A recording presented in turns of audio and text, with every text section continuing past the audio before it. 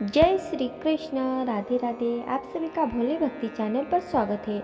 आज हम श्रवण करेंगे कार्तिक मास महात्म्य का 17वां और 18वां अध्याय।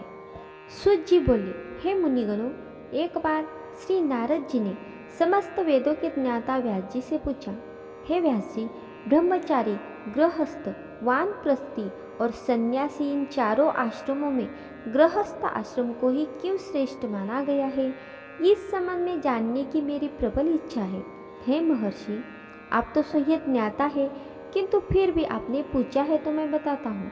जैसे सभी नदियाँ समुद्र में आश्रय पाती है और वैसे ही जीव माता का आश्रय पाकर जीवित रहते हैं, वैसे ही भिक्षुक, सन्यासी, ब्रह्मचारी, यात्री, विद्यार्थी और जीविका से रहित व्यक्ति गृहस्थों का आश्रय पाकर सुख पाते हैं। इस संबंध में मैं तुम्हें एक प्राचीन कथा सुनाता हूँ। प्राचीन काल में उत्तानपाद नामक एक राजा था, जिसका उत्तम नामक एक पुत्र था, जो बड़ा ही बलवान किंतु मदिरापान का वेश्नी था। उसकी स्त्री का नाम बहुला था। राजा के पुत्र का नाम उत्तम था। राजा उत्तम अपनी पत्नी बहुला से अत्यधिक प्रेम करता था। एक बार राजा उत्तम ने वैश्या का नृत्य देखते हुए मदिरापान किया और अपनी पत्नी से भी मदिरा पीने की जिद करने लगा, किंतु उसकी पत्नी ने ऐसा करने से स्पष्ट इनकार कर दिया। इस पर राजा उत्तम ने क्रोधित हो उसका त्याग कर दिया और उसे वन में छुड़वा दिया। किंतु जब वह मदिरा के प्रभाव से मुक्त हुआ तो उसे अपने किए पर बड़ा पछतावा हुआ। किंतु अब रानी का वियोग सहने के अतिरिक्त और किया ही क्या जा सकता था। इसके उपरांत उसने दूसरा विवाह नहीं किया और रानी के वियोग का दर्द हृदय में लिए राजकाज के कार्यों में लीन हो गया। एक दिन एक ब्राह्मण उसके पास आया और बोला, हे राजन, मैं बेहद दुखी हूँ। किसी ने मेरी स्त्री का हरण कर लिया है। अब आप ही उसे ढूंढ कर लाओ। हे ब्राह्मण देव, मैं भला उसे कैसे ढूंढ कर ला सकता हूँ? मैं तो यह भी नहीं जानता कि तुम्हारी स्त्री को कौन किस दिशा में और क्यों ले गया है। ब्राह्मण बोला, राजन, आप प्रजा से कर के रूप में उसकी आय का छठा भाग लेते हैं। अंततः प्रजा की रक्षा करना आपका कर्तव्य है। यदि प्रजा अपने घर में भी सुरक्षित नहीं है तो ऐसे राजा का क्या लाभ? राजन प्रवर, मैंने तुम्हारी पत्नी को कभी तो देखा नहीं। वह कैसे स्वभाव अथवा रंग रूप की है? आश्चर्य से राजा ने कहा। तब ब्राह्मण ने बताया कि हे राजन, वह कठोर वचन बोलने वाली, कर्कश स्वभाव की तथा कुरूपा है। मैं उसकी निंदा नहीं कर सकता, बल्कि उसकी पहचान बता रहा हूँ, क्योंकि वह जैसी भी है मेरी अर्धांगिनी है। तब तो राजा का आश्चर्य और भी अत्यधिक बढ़ गया। उसने कहा, हे ब्राह्मण देव, जब तुम्हारी स्त्री ऐसी कुरूपा और कठोर स्वभाव वाली है तो क्यों तुम उसे दोबारा पाना चाहते हो? दैव योग से उससे तुम्हें छुटकारा मिल गया है। अब कोई सुंदर और सुभाषिनी स्त्री से विवाह कर लो। नहीं राजन, ब्राह्मण ने कहा, मेरी स्त्री मेरे धर्म और कर्म की अर्धांगिनी है और उसकी रक्षा करना मेरा परम धर्म है। जो पुरुष अपनी स्त्री की रक्षा नहीं कर सकता उसका वंश बिगड़ जाता है। जो व्यक्ति अपनी धर्म पत्नी को उचित सुख और सहयोग नहीं देता उसके पितर अपने लोक से गिरकर नरक लोक को चले जाते हैं। ब्राह्मण के ऐसे वचन सुनकर विवश हो राजा ने स्वयं ही उसकी पत्नी को खोजने का निर्णय लिया और ब्राह्मण को आश्वासन देकर विदा करने के पश्चात रथ पर सवार होकर चल पड़ा। वह बारी बारी से चारों दिशाओं में उस ब्राह्मणी को खोजने लगा।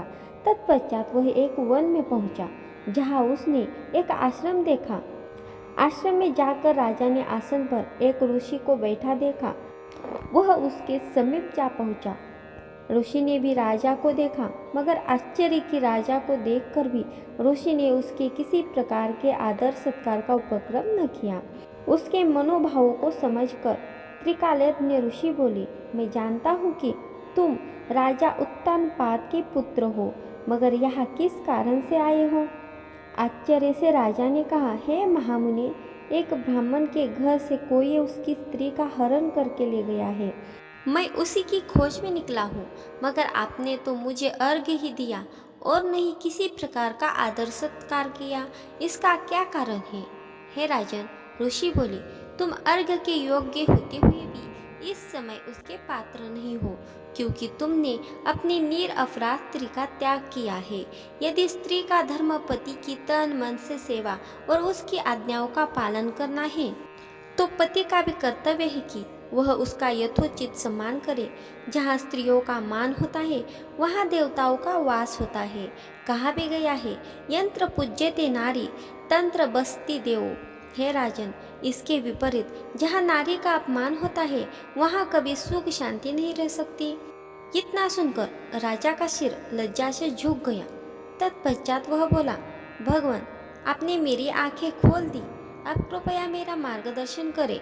पहले मैं उस ब्राह्मण के लिए चिंतित हूँ।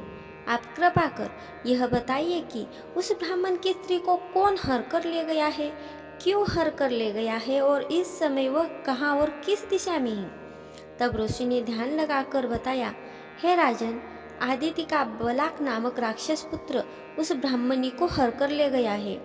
उसने उसे उत्पलावर्त वन में रखा हुआ है। अब तुम उसे ढूंढकर ब्राह्मण से उसका संयोग कराओ। यह सुनकर राजा ने उन्हें प्रणाम किया और रथ पर सवार होकर उत्पलावर्त वन में जा पहुंचा। वन में उसकी दृष्टि एक स्त्री पर पड़ी, जो एक वृक्ष के नीचे बैठी बिल्व फल खा रही थी। उसका रंग रूप और नयन नक्श ठीक वैसे ही थे जैसे ब्राह्मण ने बताए थे। अंततः उसे देखते ही राजा ने पहचान लिया कि यही उस ब्राह्मण की स्त्री है। उसके निकट जाकर अपनी शंका के समाधान हेतु राजा ने पूछा, हे कल्याणी, तुम कौन हो? हे राजन, मैं अतिरात्र की पुत्री और विशाल पुत्र की पत्नी हूँ। मैं अपने घर में सो रही थी कि बलाक नामक एक राक्षस ने मेरा हरण कर लिया और यहाँ ले आया। यहाँ लाने के बाद न तो उसने मुझे किसी प्रकार का कष्ट दिया और न ही मेरा सतीत्व नष्ट करने की चेष्टा की। इतना होने पर भी हे राजन, मैं अपने पति के वियोग के कारण बहुत दुखी हूँ। तब राजा ने पूछा, हे ब्राह्मणी, वह राक्षस कहाँ गया है? ब्राह्मणी ने बताया कि वह कहाँ है। राजा उस स्थान पर पहुंचा तो उसे देखते ही राक्षस उसके चरणों में गिर पड़ा और बोला, राजन, कहिए मेरे लिए क्या आज्ञा है?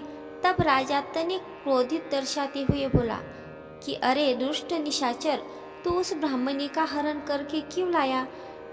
क्या तुम उसके साथ विवाह करना चाहते हो? वह तो अत्यंत कुरूप है। यदि तू उसे खाने की इच्छा से लाया है तो भी बता। राजन, मेरे घर में अनेक रूपवती अप्सराएं हैं। उनके अतिरिक्त मैंने कभी किसी स्त्री से भोग की इच्छा नहीं की और न ही मैं मांस भक्षण करता हूँ। मैं तो इस योनि में पूर्व जन्म के पापों का प्रायश्चित कर रहा हूँ। इस ब्राह्मणी के हरण का कारण यह है कि इसका पति राक्षसों को मारने का मंत्र जानता है। जब हम यज्ञ का अन्न ग्रहण करने जाते हैं तो वह हमें भगा देता है, क्योंकि अधिकांश यज्ञों का आचार्य वही बनता है। इसी कारण उसे दुखी करने के उद्देश्य से मैं उसकी पत्नी का हरण कर लाया हूँ, क्योंकि शास्त्रों के नियमानुसार स्त्री के बिना पुरुष को कोई भी धार्मिक कर्म करने का अधिकार नहीं है। इसलिए अब वह यज्ञों में आचार्य नहीं बनता। राक्षस की बातें सुनकर राजा को लगा कि पत्नी के संदर्भ में परोक्ष रूप से वह भी उसकी निंदा कर रहा है। मुनि ने भी स्त्री के त्याग के कारण ही मुझे अर्घ्य के योग्य नहीं माना। राजा को विचार मग्न देखकर राक्षस पुनः बोला, हे राजन, मैं आपकी प्रत्येक आज्ञा का पालन करूंगा। आप आज्ञा दे, मैं क्या करूं? तब राजा ने आज्ञा दी कि तुम उस ब्राह्मणी को उसके घर पहुंचा दो और फिर जब भी मैं तुम्हें याद करूं तुम मेरे पास आना। आज्ञा पाते ही राक्षस ब्राह्मणी को लेकर चल दिया। उसके जाने के बाद राजा सोचने लगा कि मैंने अपनी निर्दोष पत्नी का त्याग करके बड़ा भारी पाप किया है। अब मैं ऐसा क्या कर्म करूं जिससे इस पाप की निवृत्ति हो? तब मन में विचार विमर्श कर राजा पुनः उसी मुनि के आश्रम में पहुंचा और उससे अपने मन की बात कही। मुनि ने कहा, हे राजन, पुरुष के लिए स्त्री धर्म, अर्थ, काम और मोक्ष की देने वाली है। इतना ही नहीं, स्त्री के बिना लोक अथवा परलोक में कहीं भी सुख की प्राप्ति नहीं होती। स्त्री भले ही कुरूपा, रोगी, मूर्ख, दरिद्री अथवा बुरे स्वभाव की क्यों न हो, पुरुष को उसका सम्मान करना चाहिए।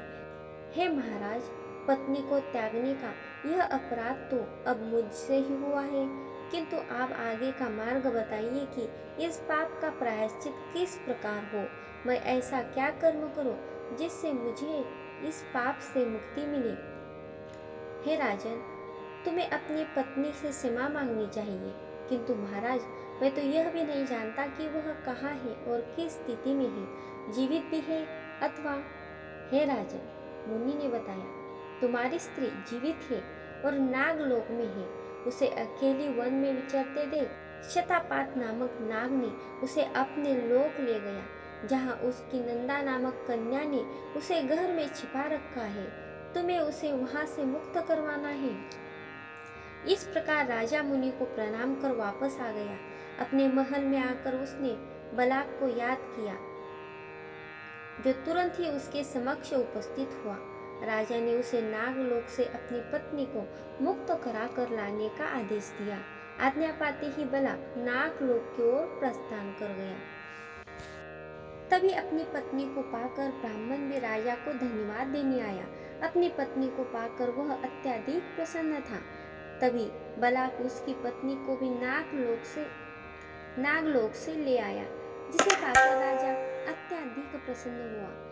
उसने उससे अपने आचरण के लिए क्षमा मांगी और फिर दोनों ही सुखपूर्वक रहने लगे। हे राजा पृथु, इस कथा के माध्यम से मैंने तुम्हें गृहस्थ आश्रम का महात्म्य सुनाया। अब यदि कुछ और सुनने की इच्छा हो सो